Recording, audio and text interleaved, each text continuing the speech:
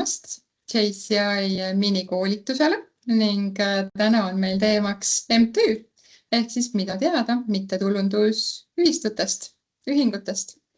Ja mina olen Kati Miller. Nii, ma kohe vaatan, kus siin. Nii, hakkas tööle. Ehk siis kui on neid, kes mind ei tea, mind ei tunne, siis Kati Miller. Olen JCI Toompea liige alates 2020. Olen eelmise aasta JCI Toompea koja president ning selle aasta JCI Estonia peasekretär. Lisaks sellele on mul suur au olla sel aastal ka JCI ehk siis ülemaailmse JCI Skills Development Komitee Euroopa esindaja. Ehk siis kui te mõtlete, kui te teate JCI struktuuri, mõtlete JCI struktuuri peale, siis meil on JCI maailmakoda, headquarters, meil on erinevad piirkonnad, meil on erinevate riikide rahvuslikud JCI-d ja meil on ka kohalikud kojad. Nii et minul on suur rõõm olla esindatud kõigis kolmes, ehk siis kohaliku koja tasandil sellel aastal IPP-na, ehk siis eelmise aasta presidendina nõustaja rollis, siis rahvuskoja juhatuses ning JCI maailmakoja Euroopa esindaja Skills Development Komitees.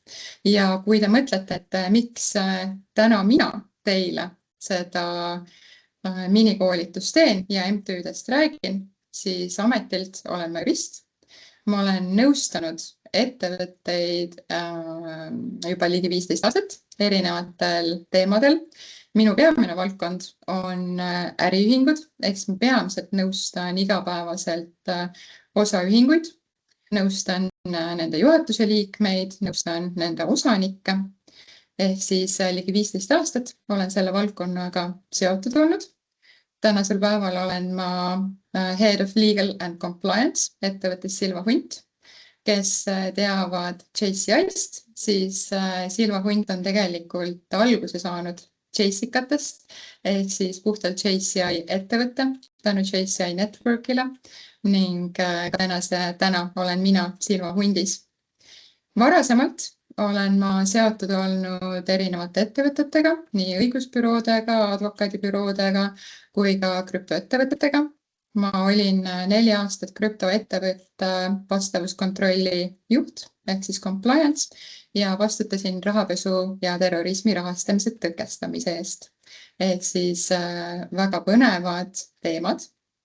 Tänasel päeval peale Silva Hundi olen ma ka õppejõud EBS-is ja õpetan Entrepreneurship in Digital Era, mis tänasel päeval küll kannab juba nimetust Impactful Entrepreneurship ja õpetan tegelikult kõigil 3 bakalaureuse aastal, õpetan ettevõtlust ja õpetan õigust. Ja lisaks sellele õpetan ka õigus ja eetikat, ehk siis see õiguse pool on minu kanda. Mul on ka enda õigusbüroo, kus ma peamiselt nõustan startup'e. Nõustan startup'ide asutamisel, nõustan õigusalastes küsimustes, nõustan investorite kaasamisel. Ja lisaks sellele, alates 2019 aastast, olen ka Harju maakohtus rahvakohtunik ja osalen esimese astme kuritegude läbivaatamisel ja minu selline spetsialiteet on rahapesu ja terrorismi rahastamise tõkestamine, ehk siis ka otseselt seotud minu igapäevatööga.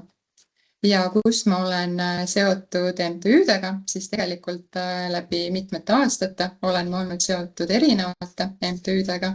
Tänasel päeval JCI Toompea, JCI Estonia, aga ka korporatsioon Lembela ja Elsa Estonia, mis Euroopa juuratudengite organisatsioon ja kohaliku kogukonna MTÜ, milleks on Nelikand. Ehk siis mul on taustateadmisi on nii MTÜ-de kohta kui ka äriühingutega üleüldiselt ja nende nõustamisega. Ehk siis kui teil tekib täna küsimusi mis ma loodan, et mis on enamasti seotud äriühingut, MTÜ-dega, siis võite julgelt küsida, aga kui teil on küsimusi ka osaühingute kohta, siis on ka see valdkond, milles ma hea meelega kaasa räägin ja nõu annan. Aga lähme siis tänase teema juurde, milleks on MTÜ ehk siis mittetulundusühing on isikute vabaühendus ja selle peamiseks eesmärgiks on õigemini peamised eesmärgid tulevad põhikirjast, aga MTÜ peamine eesmärk ei tohi olla tulu teenimine. Ja kui ma siin tõin välja, et ma olen seotud osaühingutega, siis näiteks osaühingute peamine eesmärk ongi tulu teenimine, kasumi saamine. MTÜ-l seevastu on muud heategevuslikud eesmärgid, mis on siis vastavalt põhikirjale paika pandud. Et täna ma toon hästi palju näiteid JCI kohta, kuna see minikoolitus toimub seoses JCI-ga. Aga tegelikult, kui me peame MTÜ nõustamisel lähtuma tegelikult ikkagi igast MTÜ-st eraldiseisvalt ja sellest, mis on iga MTÜ kindel eesmärk. Aga kindel eesmärk, see on miski, mis peaks olema põhikirjas kirjas. Erinevus näiteks osaühinguga, mida ma pesin ka välja tõin, on see, et mittetulundusühing ei või jaotada kasumit oma liikmete vahel. Ehk siis näiteks, kui osaühing teenib tulu, osaühingul on osanikud, siis osanikud võivad selle tulu välja maksta. Aga MTÜ puhul seda teha ei saa, et kui näiteks MTÜ peaks teenima tulu, siis kasumit MTÜ jaotada ei tohi, et see on seadusevastane. MTÜ loomulikult võib teenida tulu, meil ka näiteks JCI-s on tuluprojektid, mida me teeme siis heategevuslikul eesmärgil, aga me saame tulu nendest projektidest, mida me teeme, siis siin on seadus kindlalt öelnud, et seda tulu, mida MTÜ saab, tuleb kasutada MTÜ eesmärkide täitmiseks. Ehk siis jällegi tuues näiteid JCI-st, siis kasutame uute projektide loomiseks ja erinevate sündmuste korraldamiseks. Ja see on täiesti lubatud. Aga kasumit kui sellist MTÜ-d jaotada ei tohi. MTÜ asutamine. Need, kes täna meil seda esitlust kuulavad või hiljem järelkuulavad, kui teil on mõte, et te tahaksite asutada ühel hetkel enda MTÜ-d, siis peate teadma seda, et MTÜ võivad asutada vähemalt 2 isikut. Need isikud võivad olla füüsilised isikud ehk siis tavalised inimesed või ka näiteks juriidilised isikud. Ja siin näiteks väga hea näide on jällegi JCI, ehk siis meil on kohalikud kojad.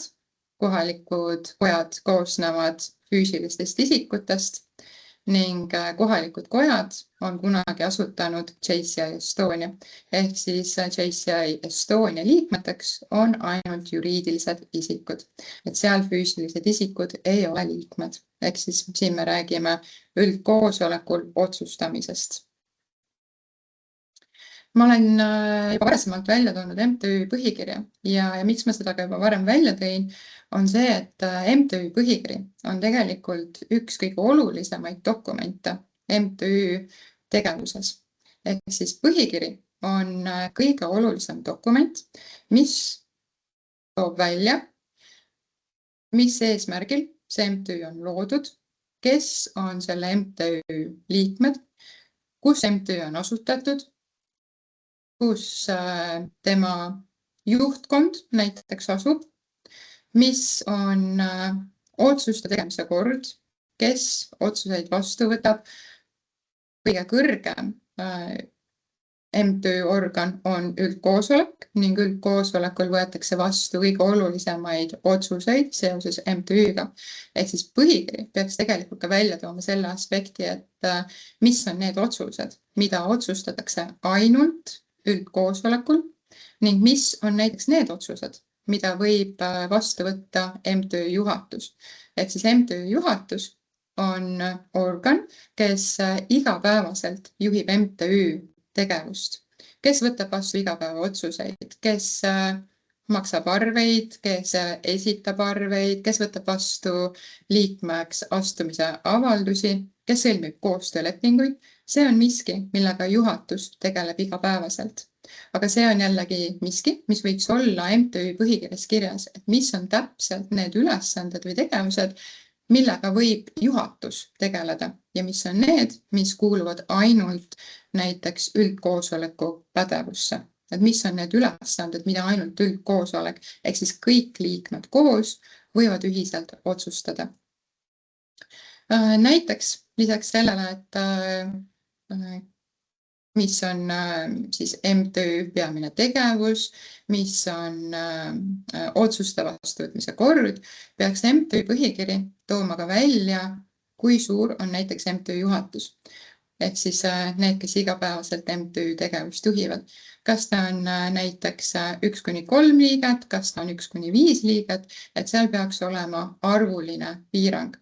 Ning miks on see oluline? See on oluline selleks, et teada, kes on need MTÜ esindajad, kes siis tegelikult MTÜ-d juhivad.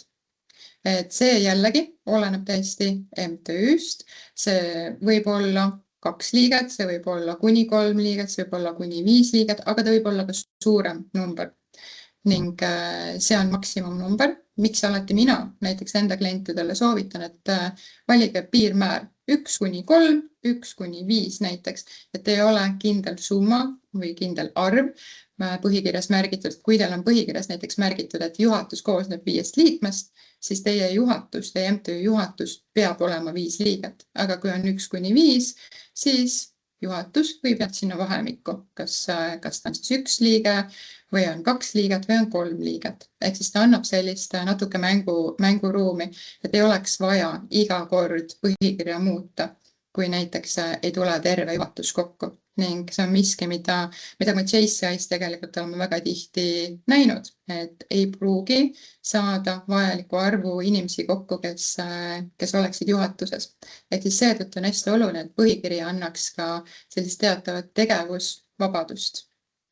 Mis peaks nüüd põhikirjas veel kirjas olema, on üldkoosolekuga seonduv, ehk siis kuidas üldkoosolekut kokku kutsutakse, kellel on õigus üldkoosolekut kokku kutsuda ning kui palju tuleb ette teavitada üldkoosoleku toimumisest.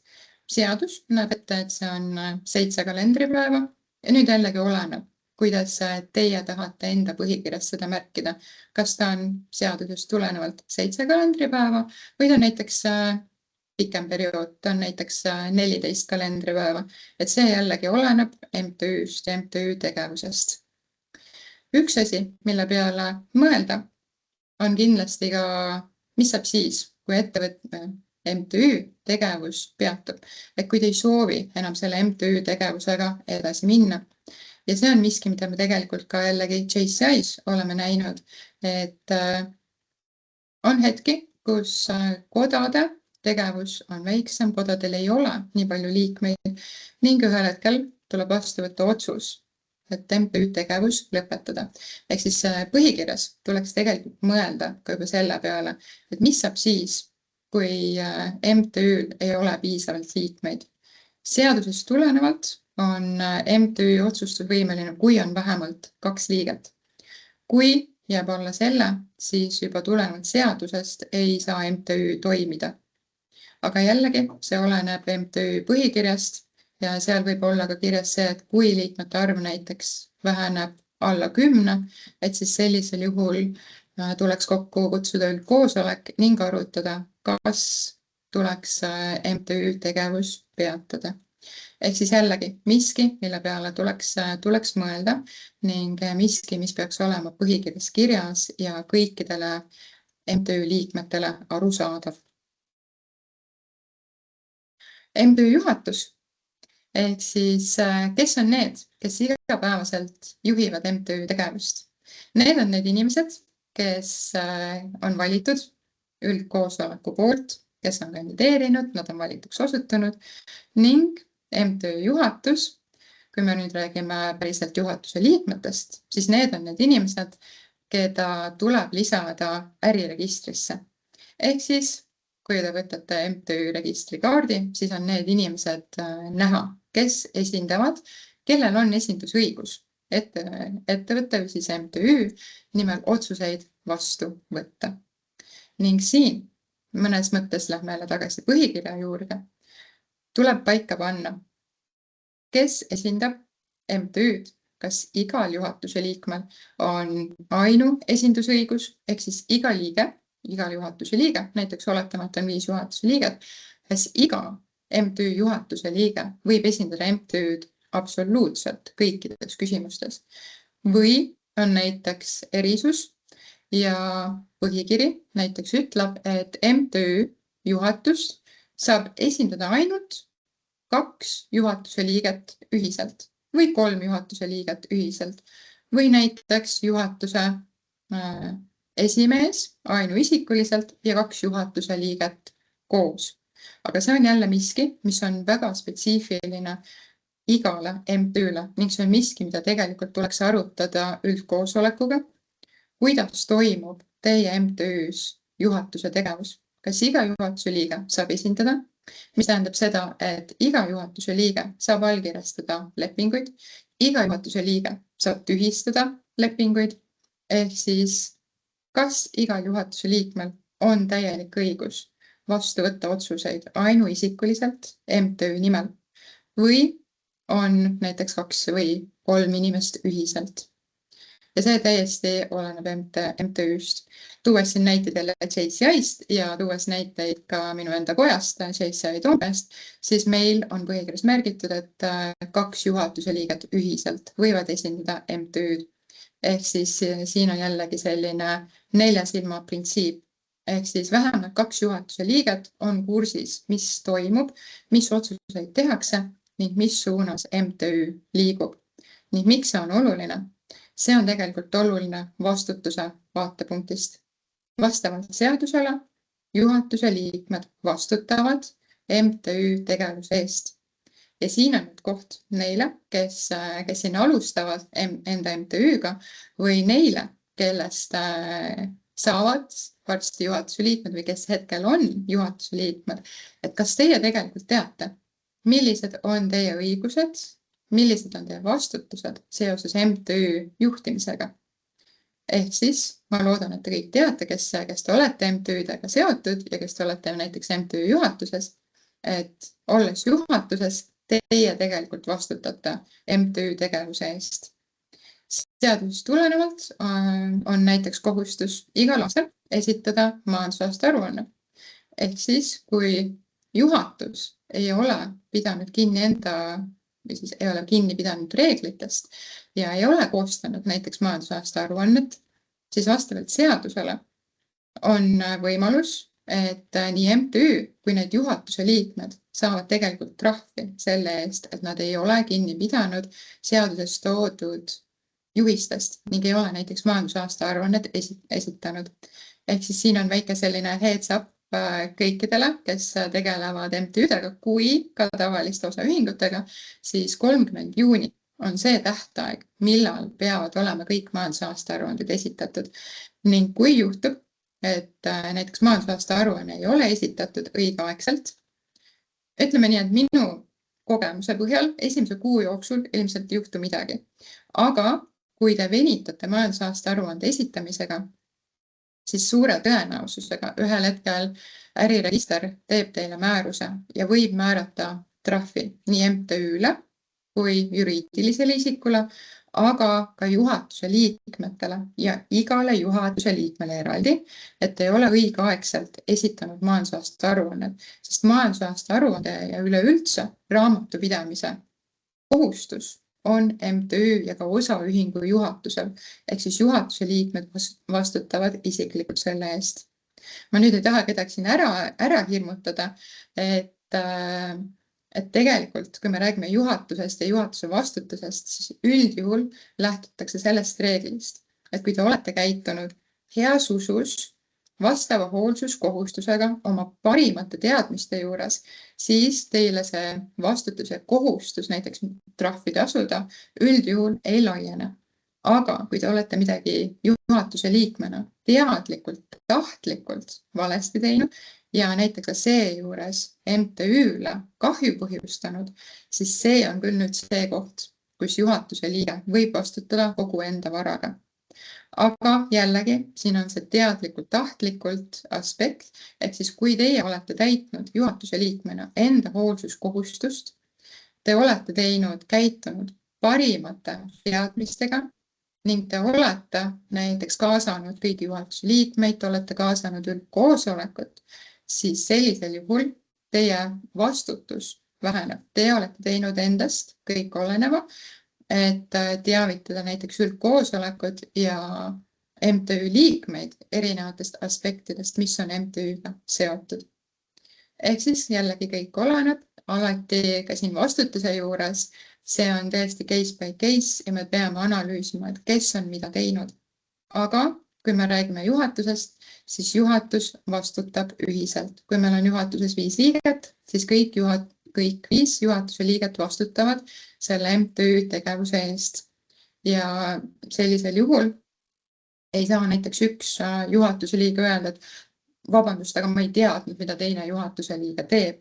Ehk siis selles mõttes on ka igal juhatuse liikmel kohustus teada, mida teised juhatuse liikmed teevad ning veenduda selles, et teiste juhatuse liikmete tegevus oleks ka tegelikult seadusega kooskõlas. Nii, aga läheme edasi ja MTÜ üldkoosolek, mis on väga põnev teema. Siin üldkoosolekud on Chase'i mõttes kindlasti varsti tulemas. Ehk siis mida teada üldkoosolekust? Esimene asi, mida teada, on jällegi see, mis on kirjas põhikirjas. Mida ütleb teie MTÜ põhikiri?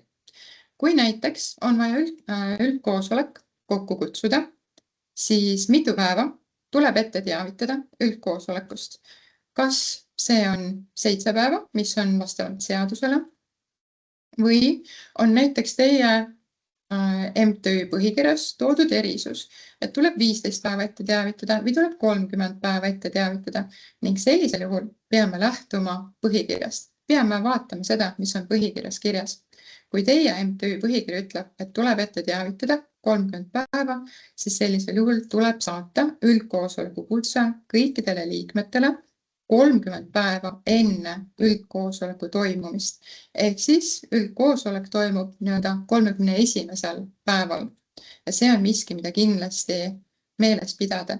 Sest kui juhtub näiteks, et üldkoosolekust ei ole ette teavitatud piisaval päevi, siis tegelikult sellisel juhul ei ole üldkoosolek otsustusvõimeline. Sellisel juhul tegelikult üldkoosolek ei tohiks kokku saada.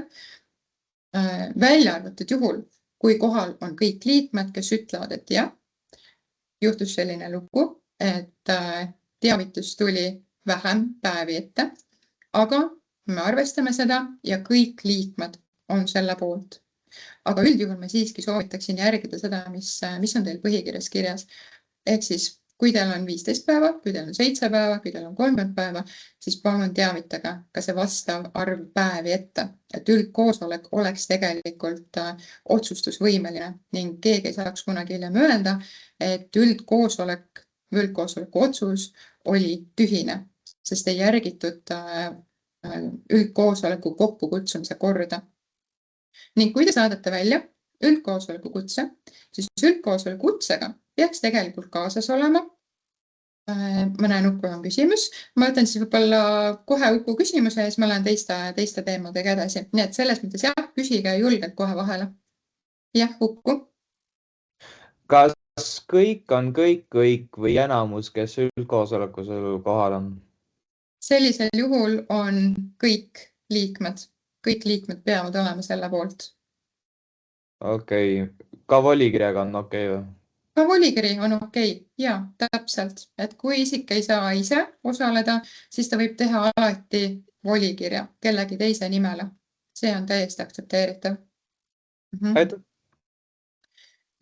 Aga edasi minnes, et kui te nüüd tahate üldkoosolekut kokku kutsuda, teete teavituse, saadate kutse, siis see kutse peaks tegelikult sisaldama endas juba ka päevakorda. Ehk siis mis on need punktid, mis tulevad üldkoosolekul arutelule. ja kaasas peaks olema vastav kirjandus sinna juurde, et kui te näiteks tahate mingisuguseid otsuseid vastu võtta, teil on näiteks seletuskirjad, siis need seletuskirjad, see informatsioon peaks olema tegelikult kutses kaasas. Näiteks meil siin varsti on tulemas majandusaasta aruannete kinnitamised, ehk siis nagu ma ütlesin, 30. juuni on see tähtaeg, millal peab majandusaasta aruande esitama äriregistrile. Ehk siis kui te saadate välja enda üldkoosoleku kutsed, siis tegelikult sealjuures peaks olema ka juba need vastavad materjalid või viide, kus kohast need materjalid on leitavad. Te võite muidugi teha ka seda, et te teavitate näiteks ette 30 päeva, et 30 päeva pärast tuleb meil koosolek, aga näiteks põhikiri ütleb, et tuleb vähemalt 7 päeva ette teavitada ja materjalid saata, siis nii-öelda esimene teavitus on 30 päeva enne ning vastavalt põhikirjale või vastavalt seadusele materjalid lähevad välja siis, kui on see ette nähtud siis kuupäevaliselt, millal te peate hiljemalt saatma need andmed. Seejärel olete saanud üldkoosoleku kutse, seal on päevakord, seal on kõik materjalid lisatud. Siis tuleb üldkoosoleku päev ja siin tõesti, nii nagu Uku praegu küsis, on võimalik see, et kõik liikmed osalevad füüsiliselt üldkoosolekul, ehk siis meil ongi füüsiline koosolek, me saame päriselt kokku. Teine variant on see, et kui keegi kohale ei saa tulla, siis tuleb teha volitus, aga volitus peab olema alati kirjalik ja volitus peab olema digitaalselt allkirjastatud või kui on käsikirjaliselt allkirjastatud, siis selle volikirja originaal peab olema juhatusel olemas, et see peab olema juhatuse materjalide juures.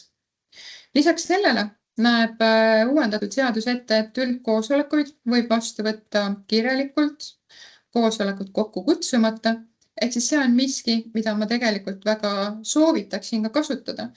Näiteks, kui on mõni otsus, mida üldkoosolekul vastu ei võetud, aga samas ei ole mõtet korraldada ka päriselt jälle füüsilist kokkusaamist, et 30 inimest näiteks kokku saada, muidugi oleneb paljud on liikmeid, aga kui teil on 30 liiget, siis väga raske on tegelikult kõiki neid inimesi kokku saada ühele üldkoosolekule. Et näiteks vastu võtta 2-3 otsust, siis sellisel juhul tegelikult võib kasutada kirjalikku hääletamist, võib kasutada ka näiteks Google Formsi, ehk siis kõik liikmed logivad enda emailiga sisse või autendivad, et need on tõesti nemad ning vastavad koosoleku küsimustele seal selles keskkonnas. See võib olla näiteks tõesti Google Forms, see võib olla mõni muu platvorm, mida te tahate kasutada. Iseenesest see kõik on aktsepteeritav, aga jällegi, see võimalus peab teil kirjas olema põhikirjas. Üldjuhul tõesti kasutatakse füüsilisi kokkusaamisi, seega igaks juhuks vaadake üle, mis on teie põhikirjades kirjas. Kas teie põhikiri näeb ette seda, et üldkoosolek võib otsuseid vastu võtta kirjalikult või näiteks üldkoosolekut kokku kutsumata, näiteks online või tõesti teha näiteks online kohtumise, nagu meil on praegu siin Teamsis, siis täiesti samamoodi võib üldkoosolekut teha ka Teamsi või näiteks Zoomi vahendusel, aga see on miski, mis peab jällegi kirjas olema teil põhikirjas.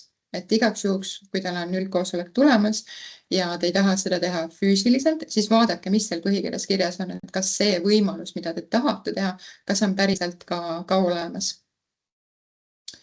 Ning tulles üldkoosoleku toimumise juurde, siis üldkoosolekut tuleb protokollida, tuleb kirja panna, kes on kohal, ehk siis liikmed tegelikult peaksid allkirjastama dokumendi, mis ütleb, et jah, nemad on kohal või nad on esindatud näiteks volikirja alusel. Nüüd on 2 varianti, kuidas seda liikmete nimekirja teha. Kas teil on näiteks online nimekiri, ehk siis kõik liikmed allkirjastavad digitaalselt või teil on füüsiliselt paberkandjal liikmete nimekiri ja kui liige on kohale tulnud, siis ta kirjutab sinna enda nime, ta paneb enda allkirja ja selle järgi me teame, et see inimene on tegelikult kohal olnud. Mis on nüüd siin, mida tuleb silmas pidada? Ehk siis, kui teil on üldkoosolek ja selle üldkoosoleku otsused tuleb edastada äriregistrile. Näiteks novembris on tavaliselt JCI maailmas jälle tulemas üldkoosolekus valitakse järgmise aasta juhatus. See on nüüd jälle miski, mis tuleb edastada äriregistrile. Ehk siis uute juhatuse liikmete valimine on selline otsustusprotsess, mida tuleb teavitada äriregistrile, et need uued juhatuse liikmed saaksid lisatud äriregistrisse, et äriregistris oleks nähtav, kes siis on selle MTÜ esindajad. Ning siinjuures tuleb olla väga tähelepanelik, kui me nüüd räägime juhatuse liikmete vahetamisest. Ehk siis need otsused, need protokollid peavad olema väga hästi koostatud. Seal on mõned nüansid, mida tuleb teada. Üks on kindlasti liikmete nimekiri. Kas ta on siis digitaalselt, digiallkirjadega või on ta füüsiliselt paberkandjal. Kui teil on paberkandjal liikmete nimekiri, siis selle dokumendi peate te saatma äriregistrile postiga. Ehk siis äriregister tahab ise näha seda originaaldokumenti. Ta pärast saadab selle dokumendi teile tagasi, aga tema selleks, et teha äriregistrisse kannet, selleks ta tahab saada seda originaaldokumenti. Kui teil on liikmete nimekiri on kõikide liikmete poolt digitaalallkirjastatud, siis selle te saate lisada kohe äriregistris, e-portaalis, kui te teete juhatuse liikme, näiteks juhatuse liikme vahetamise avaldust, siis sinna saate kõik need dokumendid lisada.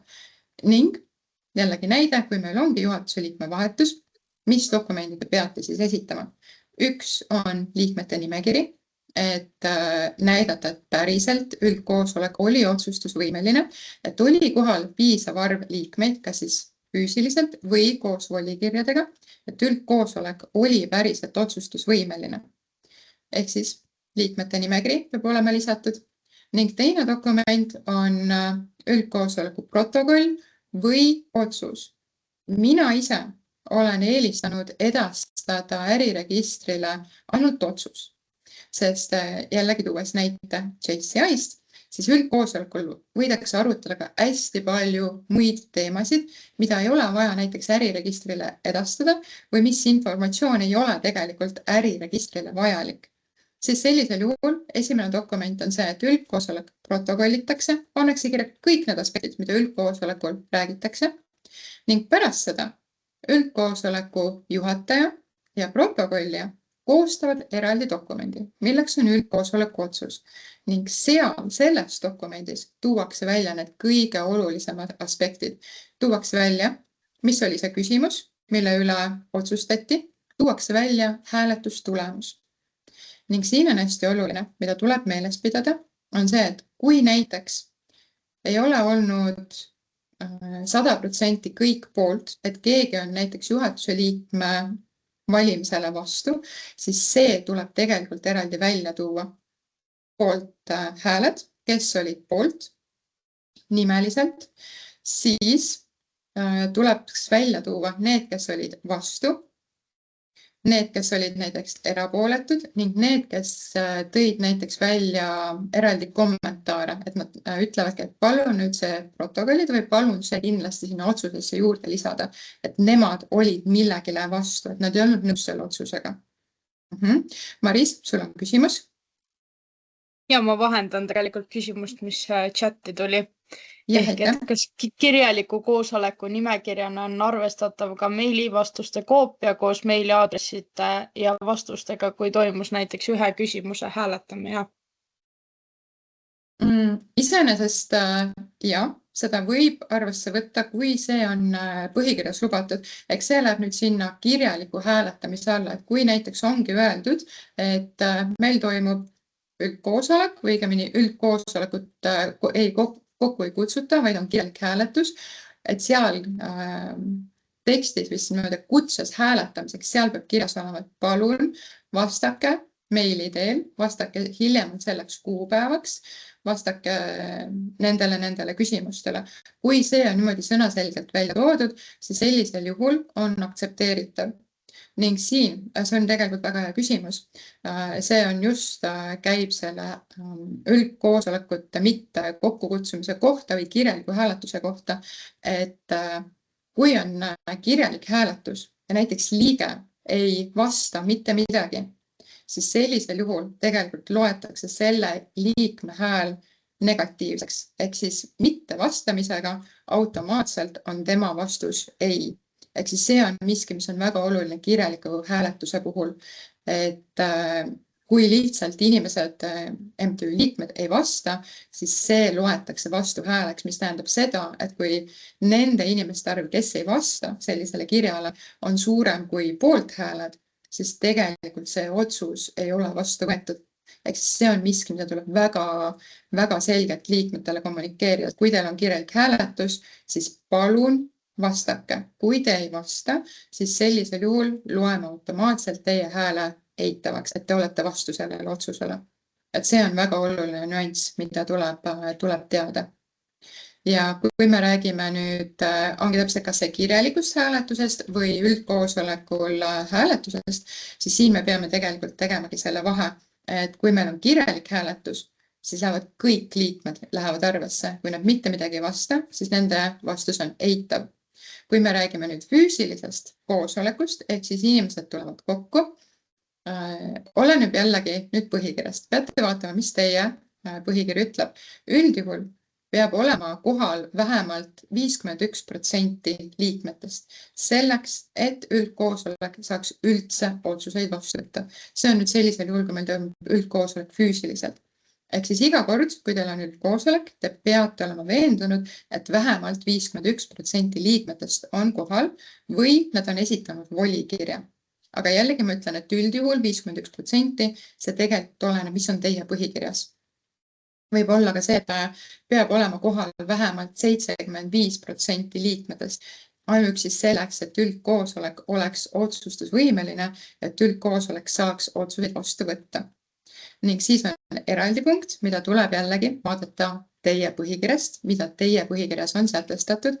Ehk siis kui meil on nüüd üldkoosolek otsustusvõimeline, meil on näiteks 51% liikmetest on kohal või esindatud või 75% kohal või esindatud, siis nüüd tuleb jällegi vaadata, mida ütleb teie põhikiri. Et selleks, et üldkoosolekul otsuseid vastu võtta, kohal olnud liikmetest, kui paljud peavad olema poolt. Kas see on jällegi 51% nendest, kes on kohal või see on 75% nendest, kes on kohal. Ehk siis jällegi see oleneb väga teie MTÜ-st, mis on teie põhikirjas kirjas.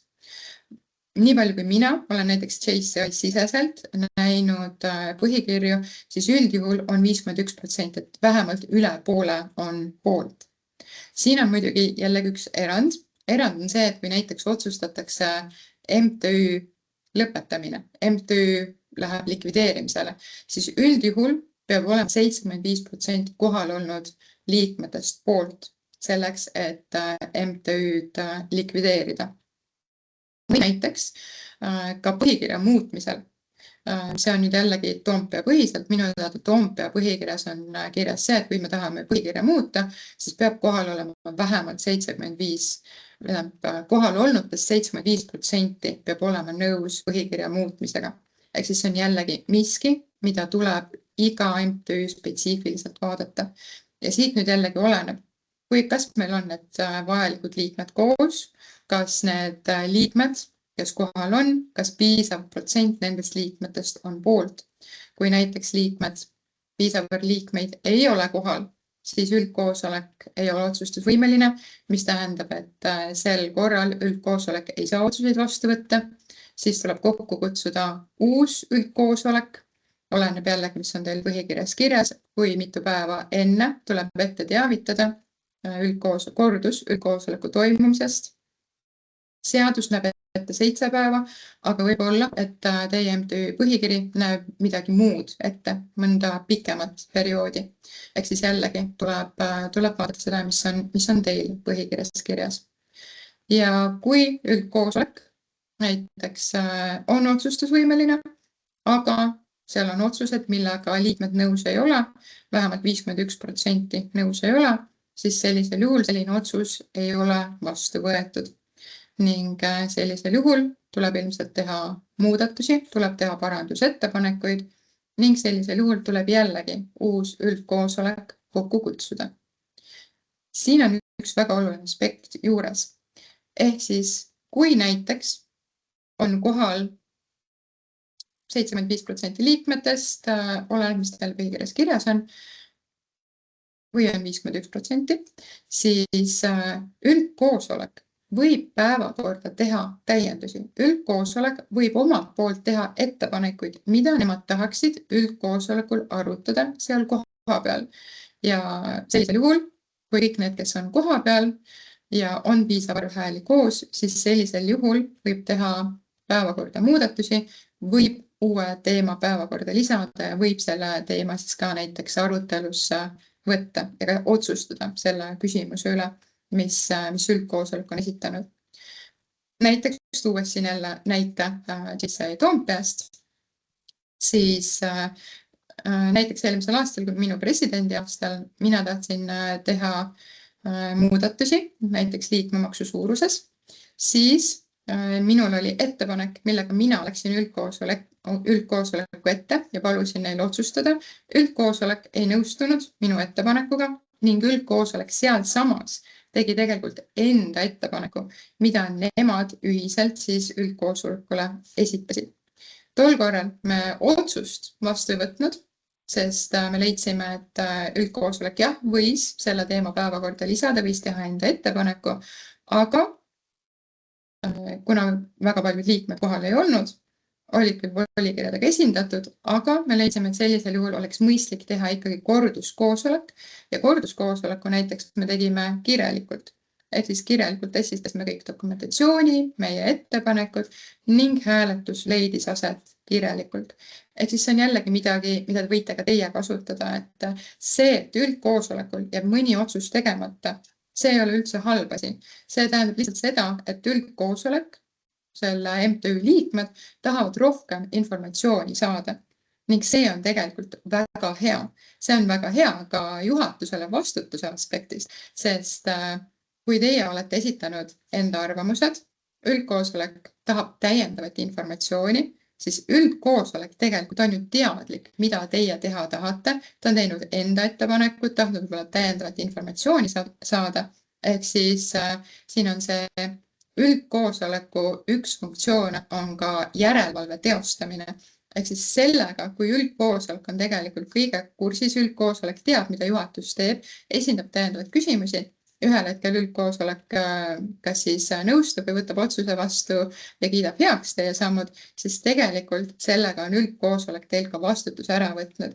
Ehk siis need otsused, mida üldkoosolek kiidab heaks, siis selles osas teie nii-öelda olete vastutusest vabanenud, sest teie olete enda ettepaneku teinud, üldkoosolek on sellega nõustunud, üldkoosolek on sellega heaks kiitnud, ehk siis nad ei saa pärast enam tagasi tulla ja öelda, et ikkagi oleks tohtinud seda otsust teha, et see tegelikult ei olnud ikkagi MTÜ-le kasulik.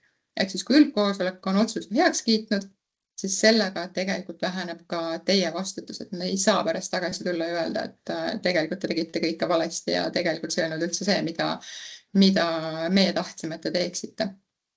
Ehk siis üldkoosolekud, juristina ma ütlen, et on väga head asjad, üldkoosolek vaatab üle juhatuse tegevuse ning oma otsustega üldkoosolek kiidab heaks juhatuse tegevuse. Kas vahepeal on küsimusi tekkinud? Ma chati ei näe, nii et Maris, kui sa saaksid vaadata, kas vahepeal on küsimusi tekkinud, siis ma hea meelega. Super. Ja olengi jõudnud MTÜ järelevalve juurde. Ma olen 5 minutist olen natuke üle rääkinud, aga ma arvan, et ei ole hullu. Ehk siis MTÜ järelevalve. Ja siin on 2 varianti. Kas järelevalvet MTÜ tegevuse ja juhatuse tegevuse üle teostab üldkoosolek? Kui üldkoosolek otsustab, siis nad võivad delegeerida järelevalve revidendile. Ehk siis on jälle miski, mida te peaksite vaatama enda MTÜ-st, mida seal on märgitud MTÜ ja juhatuse järelevalve osas. Ehk siis kas järelevalvet MTÜ tegevuse ja juhatuse üle teostab üldkoosolek, ehk siis üldkoosolek igal üldkoosolekul esitab teile küsimusi, milleks neil on igal juhul õigus, või näiteks on revident. Ja kust tuleb revident mängu? Kõige olulisem on tegelikult majandusaasta aruanne. Ehk siis, kas kõik need tehingud, mis on MTÜ alt tehtud, kas need on tegelikult seadusega kooskõlas, kas on olnud seotud osapoolte vahel tehinguid, ehk siis seotud osapooled kes need on? Need on näiteks MTÜ liikmed ja MTÜ juhatuse liikmed.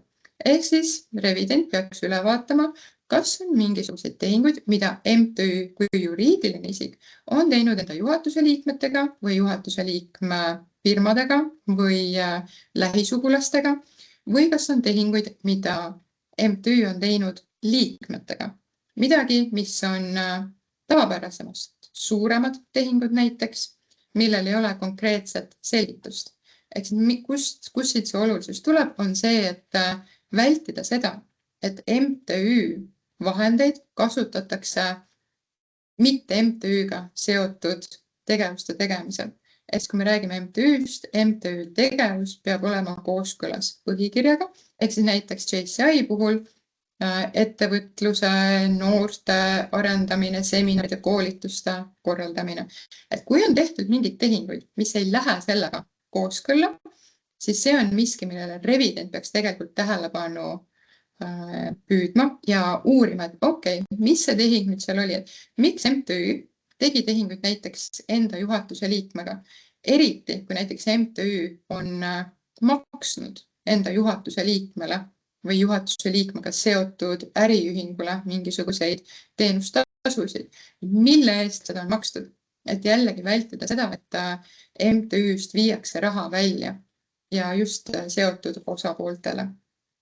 Ehk siis, kui me paneme kokku MTÜ majandusaasta aruannet, siis seal tegelikult tuleks välja tuua, keda peetakse seotud osapoolteks ning kas on olnud seotud osapooltega tehinguid.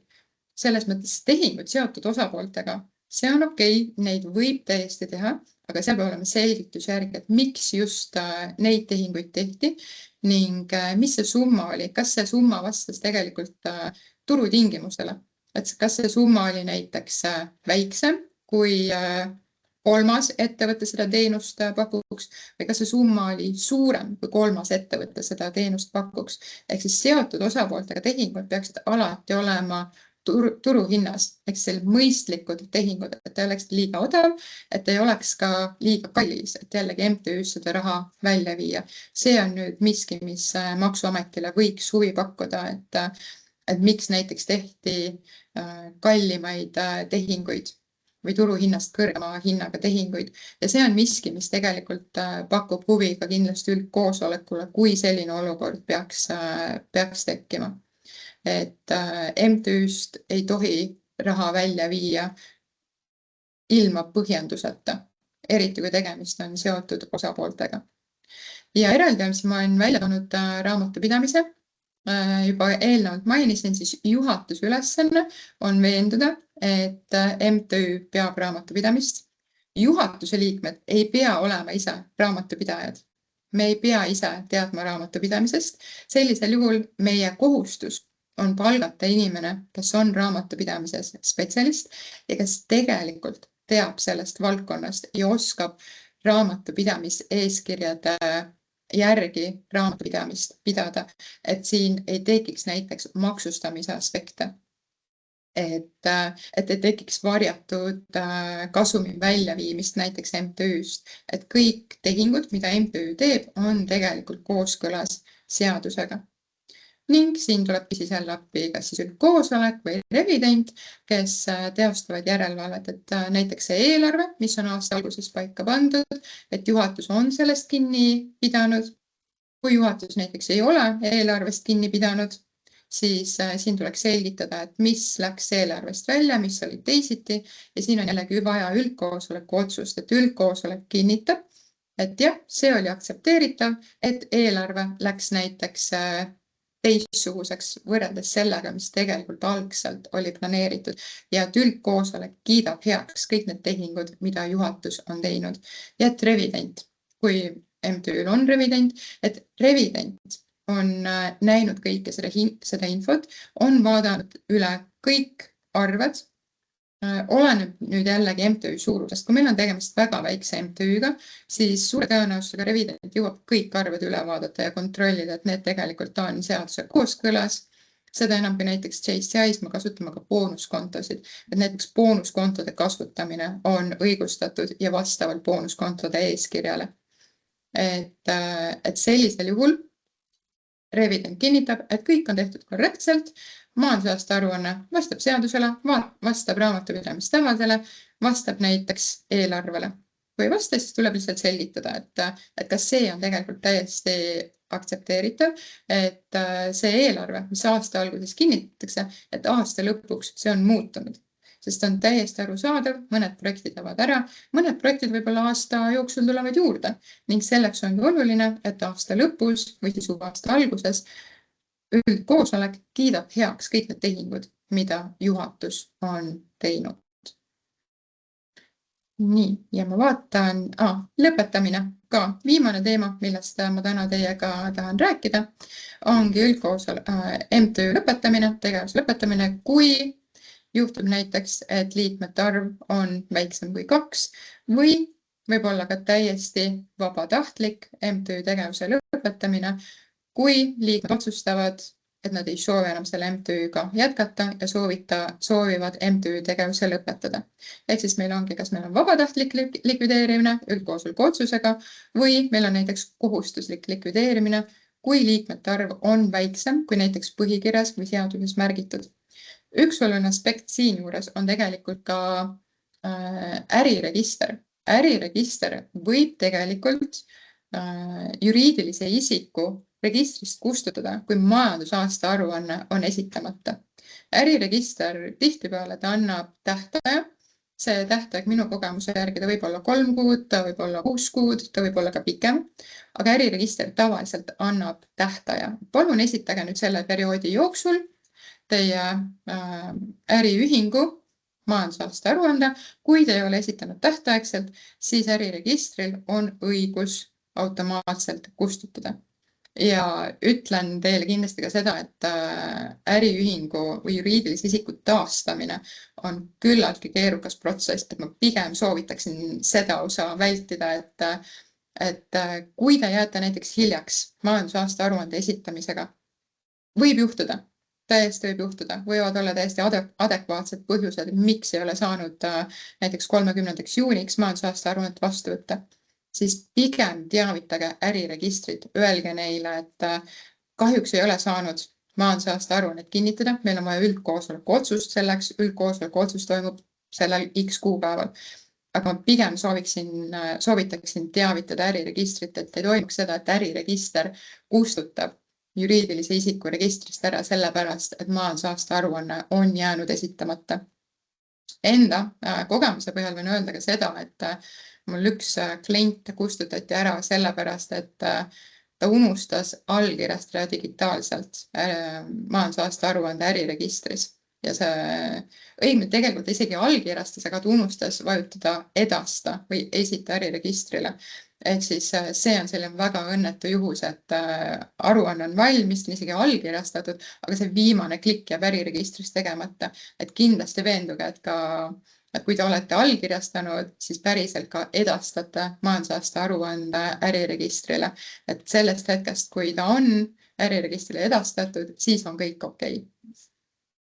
Aga tulles tagasi lõpetamise juurde, siis üldjuhul oleneb jällegi põhikirjast, aga 2/3 kohal olnud liikmete häältest peab olema lõpetamise poolt. Tuleb määrata likvideerijad. Üldjuhul likvideerijad on need samad juhatuse liikmed, kes viivad siis likvideerimise lõpuni. Ja likvideerimise protsess iseenesest on väga lihtne. Likvideerimise jooksul alguses tuleb vastu võtta otsus, määrata likvideerijad, tuleb koostada majandusaasta aruanne ja hiljem tuleb esitada lõppbilanss. Ehk siis teatud perioodi möödudes tuleb uuesti edastada äriregistrile lõppbilanss ja kasumi aruanne, kui seal on midagi veel olnud või õigemini tulemi aruanne MTÜ-de puhul, et see info tuleb teatud perioodi jooksul äriregistrile edastada. Ning kui nüüd juhtub, et kui MTÜ läheb lõpetamisele ja MTÜ-l on vara alles, siis me jälle peame minema sinna põhikirja juurde, selle kõige olulisema dokumendi juurde ja vaatama, mis on kirjas MTÜ põhikirjas. Kui MTÜ-l on olnud tulu, siis kes saab selle tulu? Kas see läheb mõne kolmanda MTÜ toetuseks, et nii-öelda annetusena heal eesmärgil või nüüd on see koht, kus võib tegelikult vara jaotada ka liikmete vahel. Ainult lõpetamisel võib MTÜ liikmetele jaotada vara.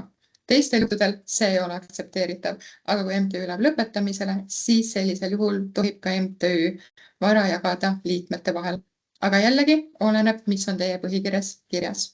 Üldjuhul märgitakse, nii palju mina olen erinevate MTÜ-dega kokku puutunud, siis märgitakse mõni teine MTÜ, kes selle raha endale saab ja kes seda head tegevust jätkab. Aga mulle tundub, et olengi jõudnud viimase slaidini. Läksin ajast natuke üle. Minu teada mul oli ainult 45 minutit. Seega ma loodan, et teil oli huvitav mind kuulata. Kui teil on küsimusi, siis hea meelega veel paarile küsimusele vastaksin.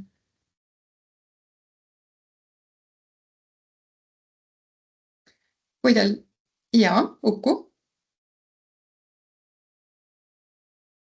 Oletame, et on liikmeskond, kes on ebaaktiivne ja juhatus, kes ei jaksa enam MTÜ-ga toimetada. Kas see kuidagi ei tekita patiseisu, et kui juhatus otsustab, et ei, me ei taha rohkem midagi teha, liikmed tahavad ikkagi MTÜ-ga jätkata, kuidas see laheneb? Väga hea küsimus. MTÜ või siis iga juriidiline isik ei saa hakkama ilma juhatuseta. Kui näiteks on olukord, kus MTÜ terve juhatus astub tagasi, sest see on vabatahtlik töö, mitte kedagi ei sunnita, kedagi ei saa kinni hoida. Iga juhatuse liige saab esitada tegelikult lahkumisavalduse ja öelda, et ma ei soovi enam olla juhatuse liige ja MTÜ ei saa neid kinni hoida.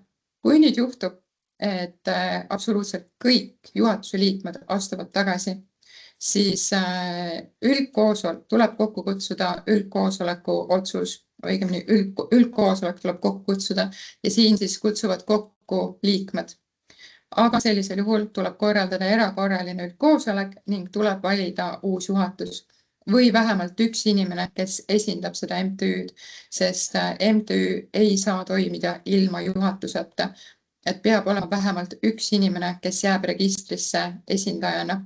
Et seda olukorda ei saa tekkida, et nii MTÜ-l või ka mõnel teisel juriidilisel isikul ei ole juhatuse liiget.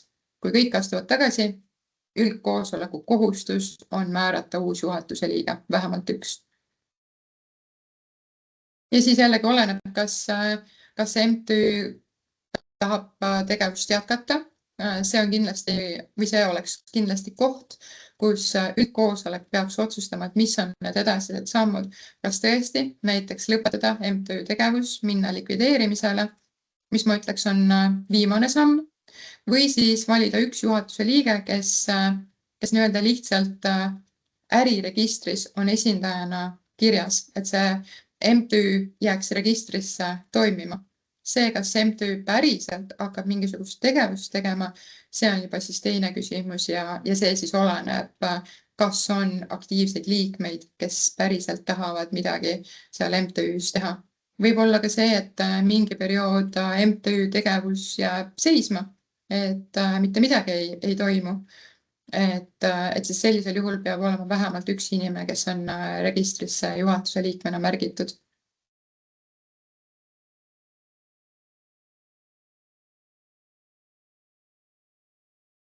Nii, on veel küsimusi? Igatahes minu käest võib alati täiendavat infot küsida.